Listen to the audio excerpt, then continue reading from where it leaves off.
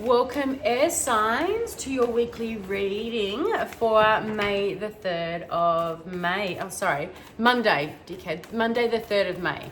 Okay, so I'm going to read for my air signs in the order of Gemini, Libra, and Aquarius. Now, because this is a general reading, air signs, I would recommend checking your moon and your rising as well. Because the energy is general, it may not resonate with every sun air sign out there. So jump on and check your other placements to see how this fits in to your vibe.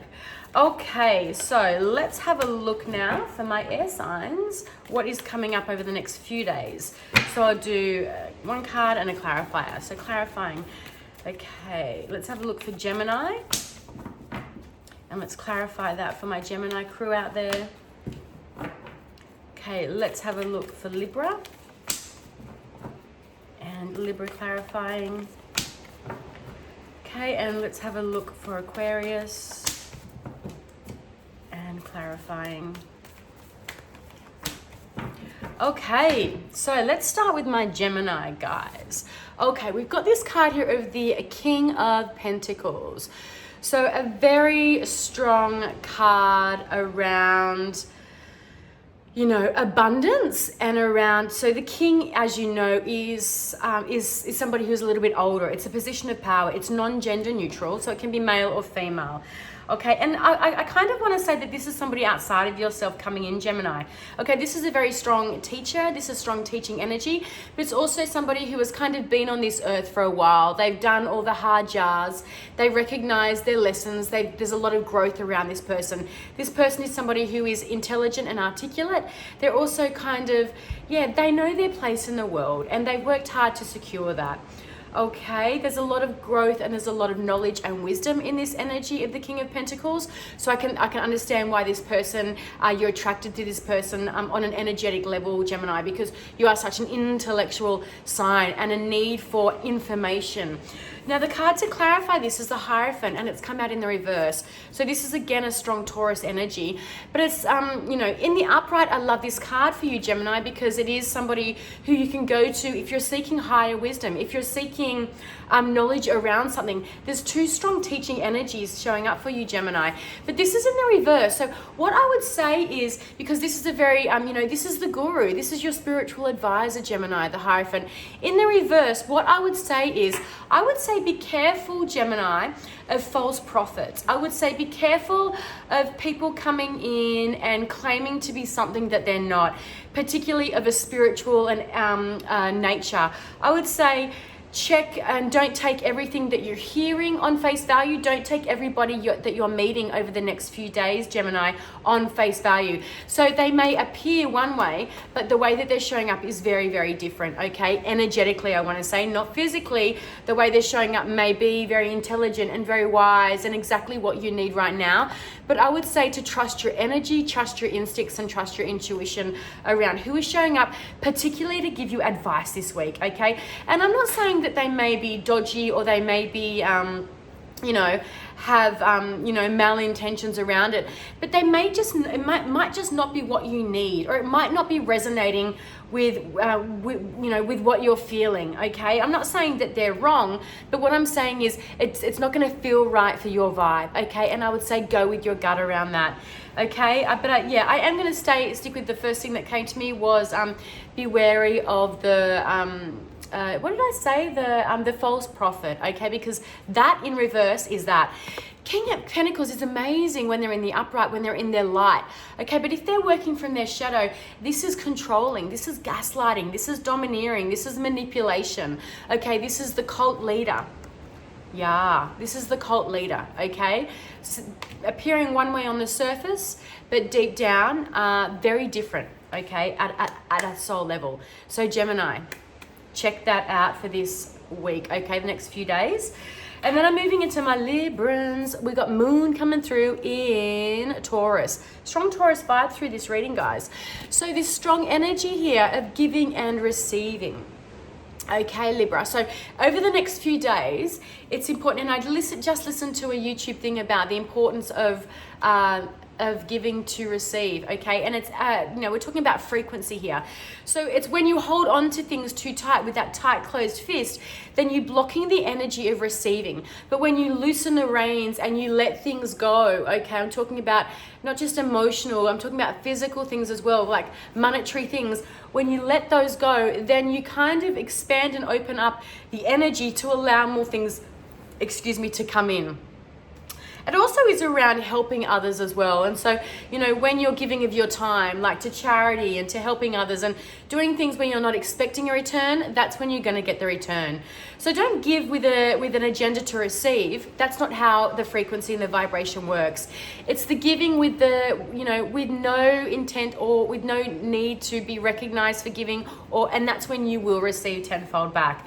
Okay, so Mercury in Taurus. So it's also about listening to your values and what it is that you believe over the next few days, because, you know, that's where the giving and receiving is going to come in around things that you value. And whether that's money or whether that's your time or whether that's your feelings, but you are being asked, Libra, to focus or to look at over the next few days where your values are, and are you giving and receiving? Is that in alignment with those values? Okay, because the card that's come through to clarify is the Four of Cups. So this is Moon in Cancer, and I love that it's in the reverse, because in the upright, that's about not really having appreciation for the things in your life. It's about focusing on kind of the things that haven't really worked in your life, and when you're doing that, you're not able to see the amazing opportunities that life gives us. You know, but when that's in the reverse, this is kind of like, you know, acknowledging in your life what you have and being so grateful for that. And when you do that, that's an energy and a vibration within itself. Because when we sit in the energy of gratitude, we send that out, and that's when we attract more to us, more things for us to be grateful for. So there's such a beautiful balancing act in both these cards about giving and receiving on a tangible level, but also on a vibrationally level. Well, everything has a vibration on a feeling level as well. Okay, so I love that for you, Libra. It's important that you acknowledge where your values sit, and is there this even sense of giving and receiving around your values? Are they lining up, and are they in alignment with that reciprocity? Is it reciprocity? I think it is. Anyway, whatever. Okay, let's move on to Aquarius. So my Aquarius energy. Okay, Mars in Pisces, Eight of Cups. What is it that's coming up for you over the next few days, Aquarius, where there's a feeling that you need to walk away from something, a situation, a person, a place, an energy that just has no longer been serving you? I love this for you, Aquarius, because being that fixed sign of air, we can sometimes get stuck in the way that we think about things. Or we can be kind of like there's a facade, and it's very challenging for people to get through that facade. But it's also very challenging for you to kind of let go of a way that you see someone, or the way that you see something. Okay. So for the fact that this shows up for you, it means that you're really honoring, you're going into your feelings and you're honoring how you're feeling. You're not over intellectualizing something, Aquarius, which is something that you can do. And you're not sitting there with it ruminating constantly in your mind. This is you actually anchoring the overthinking into your heart space, recognizing that, you know what, you've been kind of like, kind of like flogging a dead horse. I didn't want to use that example, but I couldn't think of anything else, for too long. And it's just, you know, you're aware that it's no longer working for you. So there's a need for you to walk away from it. And it might just be an idea you have around something, but it's something that you're really connected to on an emotional level. And I love that you're walking away from it, because you're walking towards the sun, which is rising for this reading for you. So you're walking away to brighter things, to better things. The Knight of Wands is coming through to clarify this. So this could be a Leo, an Aries, or a Sagittarian person, okay, not just a male.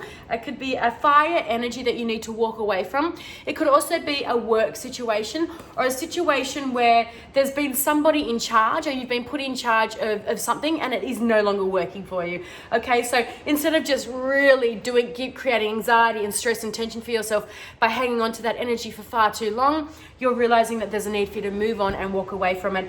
And actually, I'm really drawn to the tiger, into the line, I want to say, in this card. And so it tells me, because I'm connecting into the strength card here, that by you walking away and no longer holding on to this energy, that there's strength for you to gain from that as far as personal power goes, Aquarius, which I love for you.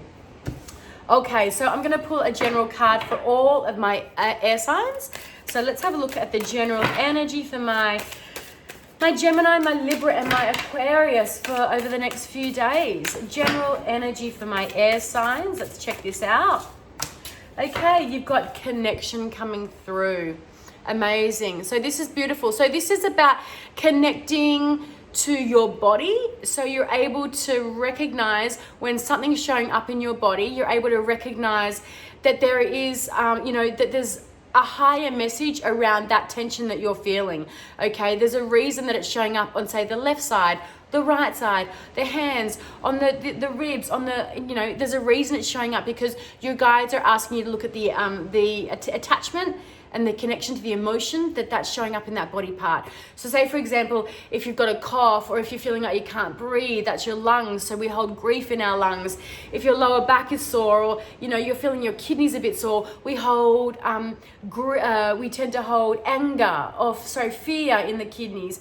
So it's kind of like recognizing body parts and where they're what's the higher meaning? What are your guides wanting you to know by showing discomfort in your body? Okay, because it always happens energetically first, and then when we're not listening, when we're not making the connections through our meditation practice, through our yoga practice, through just getting out of our head and being present in our body, when we're not making those actual connections as to why we're being presented with dis-ease in physical form, that's when the guides will give it to us in our body.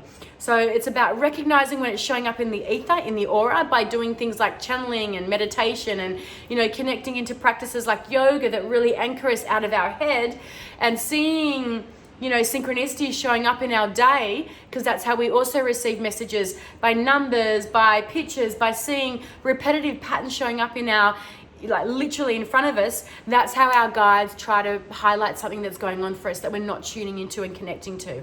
Okay? So I love that for you, for my air signs, because air signs often do get stuck in their head and they overcomplicate things by overthinking things. So connection, air signs, get back in your body. That can be through a gentle practice of swimming, yoga, and walking, or by whatever means, even music and drumming and things like that. So really anchor back into that energy, and then you'll get your messages from there. So if you'd like to reach out for a private reading, theenergymuse.com.au. Have a wonderful day, guys. Please drop some comments, drop how this energy is showing up for you over the next few days in the comments section, please. That would be amazing. Okay, bye.